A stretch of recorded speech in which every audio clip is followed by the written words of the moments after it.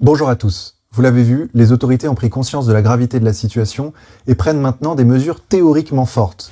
Macron, en père de la nation, protégeant son peuple, c'est beau. Mais quelle blague, c'est tout le contraire. J'accuse notre gouvernement d'avoir laissé pourrir la situation jusqu'au dernier moment pour des raisons de fric et d'incompétence. Revenons sur comment tout ça s'est déroulé. Tout d'abord, on apprend qu'il y a des centaines puis des milliers de morts en Chine dues à un virus. C'est quand même inquiétant. Mais bon, nous, en tant que citoyens, on est censé s'en remettre aux autorités pour juger de la gravité d'une situation. Et que nous dit Agnès Buzyn, ministre de la Santé? Très faible chance pour que le virus se propage en France. La Chine met en quarantaine des villes entières, confine des dizaines de millions de gens, construit 2 hôpitaux en 15 jours. Réaction de la France? Aucune. Des affiches. Donc forcément, des premiers cas apparaissent en France. Il est clair que le virus se répand à travers le monde, durant tout le mois de janvier, de février, de mars. Et que fait Macron? Aller au théâtre avec Brigitte, pour montrer que tout va bien, pour rassurer, au lieu de se saisir du problème, d'informer, d'anticiper, et surtout, de fermer les frontières, comme l'a fait par exemple la Russie. N'est-il pas plus logique et plus sain de fermer les frontières, plutôt que d'enfermer les gens chez eux en catastrophe? Mais non, fermer les frontières, c'est un truc de facho.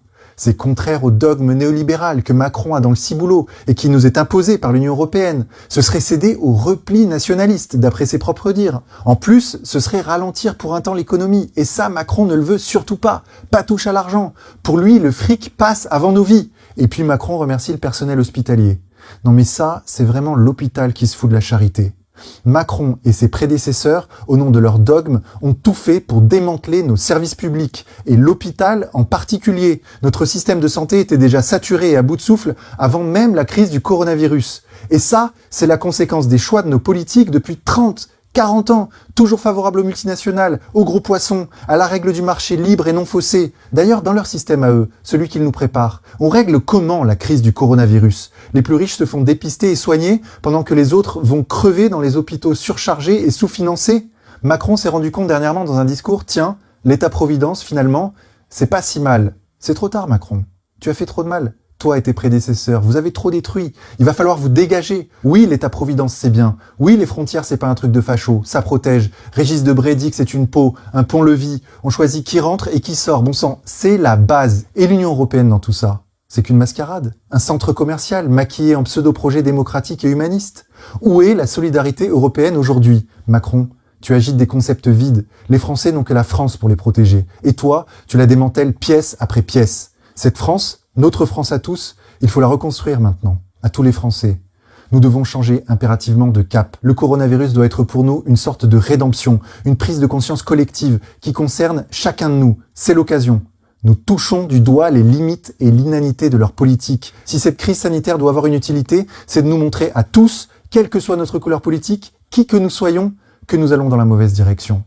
Et il est encore temps de changer de cap, de reconstruire ce qu'ils ont détruit. En attendant, prenez soin de vous et des vôtres. Je tiens avant toute chose à exprimer ce soir la reconnaissance de la nation à ces héros en blouse blanche. Monsieur Macron, voulez-vous sauver l'hôpital public? Pour sauver l'hôpital public, il y a un préalable, c'est desserrer le carcan budgétaire qui nous étouffe. La priorité absolue pour notre nation sera notre santé. Cette année, le gouvernement demande encore 1 milliard d'euros d'économies à l'hôpital. La santé n'a pas de prix.